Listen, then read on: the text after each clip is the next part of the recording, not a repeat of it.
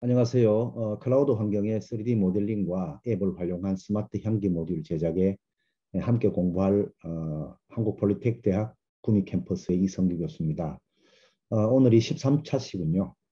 향기 모듈 케이스 설계를 함께 공부할 오늘은 13차시입니다. 오늘은 13차시로서 향기 모듈 케이스 설계에 대해서 알아보겠습니다. 자, 우선 본 단원에서는 스마트 향기 모듈의 케이스를 스케치할 수 있는 기능을 가질 수 있습니다. 그리고 모델링 이후에 3D 프린팅의 출력 파일을 만들 수가 있다는 것이죠. 그리고 모델링 이후 3D 프린팅의 출력 파일을 만들 수 있을 것입니다. 먼저 향기 모듈의 구성은 어퍼리더 즉 상부의 뚜껑과 미드바디 그리고 언더바디로 구성되어 있는데 상부의 뚜껑 부분에는 향기가 잘 빠져나갈 수 있는 팬을 설치하게 될 것입니다. 그리고 두 번째 미드바디에서는 향기와 히터를 설치할 것이고 그 다음에 언더바디에서는 제어기와 블루투스 칩을 블루투스 모듈을 설치할 공간을 만들었습니다. 제어기와 블루투스 모듈이 들어갈 수 있는 공간을 만들게 되었습니다. 먼저 상부의 뚜껑에 대한 부분입니다. 상부의 뚜껑을 그림과 같이 스케치를 우선 하게 됩니다. 그리고 솔리드의 크리에이트 기능을 사용하여 외형을 모델링합니다. 또한 상부의 뚜껑에 향기가 빠져나갈 수 있는 작은 홀을 패턴 기능을 활용해서 모델링하였고 내부에 작은 팬을 장착할 수 있는 팬 지지를 할 수 있는 프레임을 만들어 주었습니다. 그리고 미드바디에 대한 모델링입니다. 우선 외형 사이즈는 상부의 뚜껑과 같겠죠. 그리고 익스트루드와 내부 향기 앰플 설치를 위한 가이드 폴을 설계하였습니다. 내부 향기 앰플 설치를 위한 가이드 폴 설계를 익스트루드를 이용해서 설계하였습니다. 그리고 언더바디와 히터선이 지나갈 수 있는 4개의 홀이 만들어졌고요. 케이스 외벽에 텍스트로 로고를 설계하였습니다. 해서 마지막으로 로고가 새겨진 외형 모델링을 완성하게 되었죠. 다음은 언더바디 모델링입니다. 모듈 전체를 먼저 스케치를 한번 해보았습니다. 해서 전체 스케치의 상중 하의 바디를 나누어서 하부에 대한 부분을 사용하게 된 거죠. 상중 하부의 케이스 사이즈를 스플릿하여 상중 하부의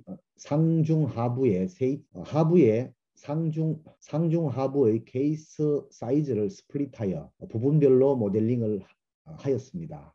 그리고 하부의 케이스에는 전원부와 프로그램 다운로딩 포트를 설계하였고 공기순환을 위하여 작은 홀을 스케치하고 모델링하였습니다. 또한 미드바디와 결합되는 부분을 스케치하고 턱이 지도록 모델링하였습니다. 이 부분이 되겠죠. 마지막으로 설계된 부분들을 STL 파일로 저장하고 3D 프린팅 출력 파일을 준비하였습니다. 그럼 함께 퓨전 360을 열어서 확인해 보도록 하죠. 자, 우선 향기 모듈의 상부 뚜껑입니다. 우선 케이스의 외형의 사이즈를 스케치하였고 다음으로 상부 뚜껑의 사이즈만큼만 외형을 잘라낸 것을 볼 수가 있습니다. 잘라내었고 다음으로 잘라낸 부분에 모서리를 둥글게 만들어 주었죠. 다음에 홈을 파고 파여진 홈의 내부들을 설계하였습니다. 또한 상부 뚜껑에 향기가 빠져나오는 것을 만들어주기 위하여 홀을 가공하였고 홀에 대한 부분을 서큘러 패턴으로 배치하였습니다. 팬이 설치될 수 있는 내부에 작은 프레임을 만들어 주었습니다. 작은 프레임의 사이즈를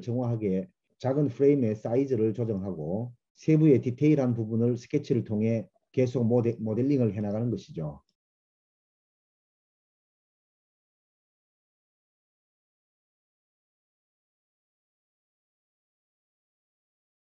그리고 좀 더 현실성 있게 내부를 조정해 보았습니다.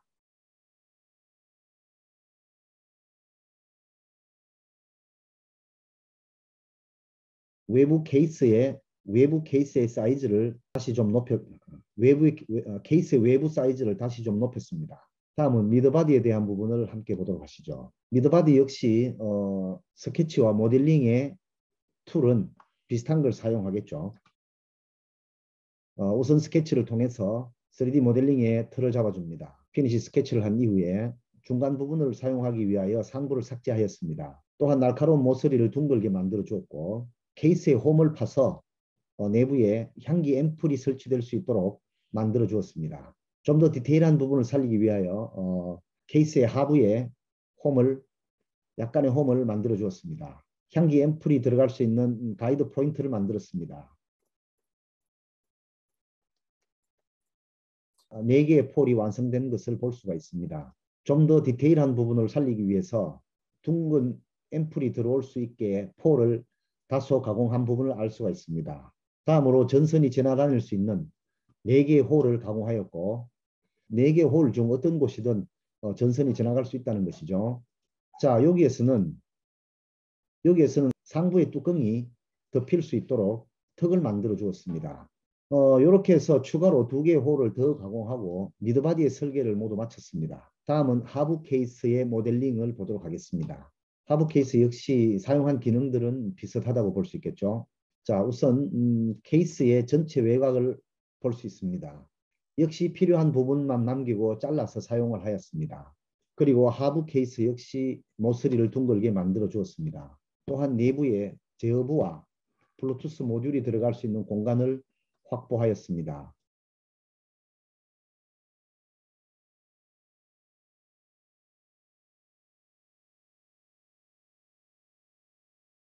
다음으로 하부 케이스에 다운로딩과 전원을 꽂아줄 수 있는 홀을 가공하게 되는데 홀의 사이즈들은 보시는 바와 같습니다. 좌측에 있는 부분이 전원이 되고 좌측에 있는 부분이 프로그램 다운로딩 홀이 될 것이고 우측에 보이는 부분이 전원을 공급할 수 있는 홀이 되겠습니다. 일단 스케치를 마친 이후에 익스트루드 기능을 사용하여 2개 홀을 가공하게 됩니다. 또한 하부 케이스의 제어기에 열이 날 수 있는 것을 열이 나는 부분을 제거하기 위하여 홀을 가공하였습니다. 홀을 가공한 부분에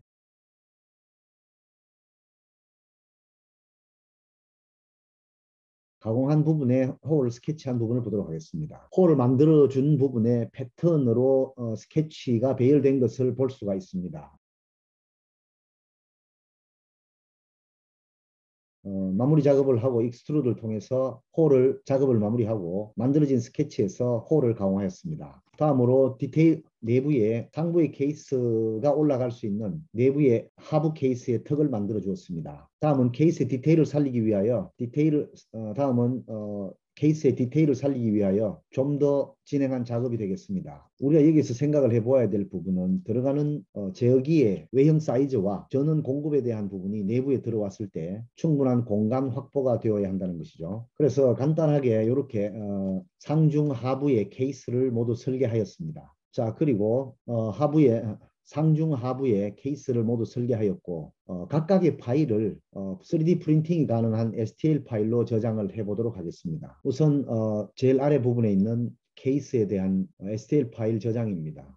export라고 하는 명령어로 export를 하게 되면 저장될 파일의 타입이 나타나게 되겠죠. 그래서 하부에 STL 파일 확장자 STL이라고 하는 부분을 선택해 주시고 다음으로 여러분들이 저장해야 될 파일이 저장될 위치를 선정해 줍니다. 저는 USB에 담아서 3D 프린팅 준비를 할 예정입니다. USB 드라이브에 이 컨텐츠 개발에 챕터 13장의 하부 케이스를 저장합니다. 익스포트를 하게 되면 다수의 시간이 걸리게 될 것입니다. 이것은 3D 프린팅의 특성상 슬라이싱에 대한 데이터들을 계산해서 저장하기 때문에 다수의 시간이 걸린다고 보시면 됩니다. 자, 완성을 하였는데요. 3가지 다 해보도록 하겠습니다. 자, 두 번째는 미드바디입니다. 미드바디에 대한 부분 역시도 익스포트를 통해서 데이터를 저장하도록 하겠습니다. 미드바디이죠.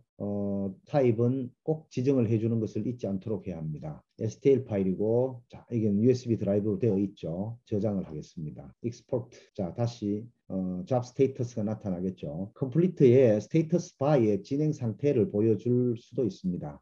파일 용량이 좀 더 커진다면 여기에 진행되는 상황들이 나타날 것입니다. 저장 도중에 클로즈를 하게 되면 클로즈가 되지 않은 상태에서 작업이 마무리되므로 내가 원하던 STL 파일을 얻을 수가 없다는 것을 알 수 있죠. 자, 이것 마찬가지로 완성하였습니다. 다음에 상부 뚜껑에 대한 부분을 익스포트를 통해서 저장을 하도록 하겠습니다. 익스포트를 하겠습니다. 자, 마찬가지로 저장에 대한 상태바가 나타나죠. 물론 하나의 워크시트에 3개 모두 다 상중하 케이스를 모두 다 설계를 할 수 있겠지만 실제로 이 정도 사이즈는 우리가 가지고 있는 3D 프린팅의 베이스가 베이스의 사이즈가 작아서 한꺼번에 들어갈 수 없는 관계로 파일들을 전부 나누어서 저장을 하였습니다. 닫아주면 되겠죠. 이제 모든 작업이 끝났습니다. STL 파일로 전환하는 부분까지도 모두 마쳤죠. 그리고 이 부분이 이제 STL 파일로 3D 프린팅의 3D 프린팅의 출력 파일을 모두 저장하였습니다. 그래서 본 단원에서는 모듈 상부의 캡을 모델링 할 수 있었고, 다음에 미드바디를 설계하였고, 하부 케이스를 설계하였습니다. 그런 이후에 세 개의 케이스 모두 다 3D 프린팅에 적합한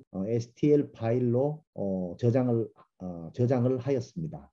집중해 주셔서 감사합니다.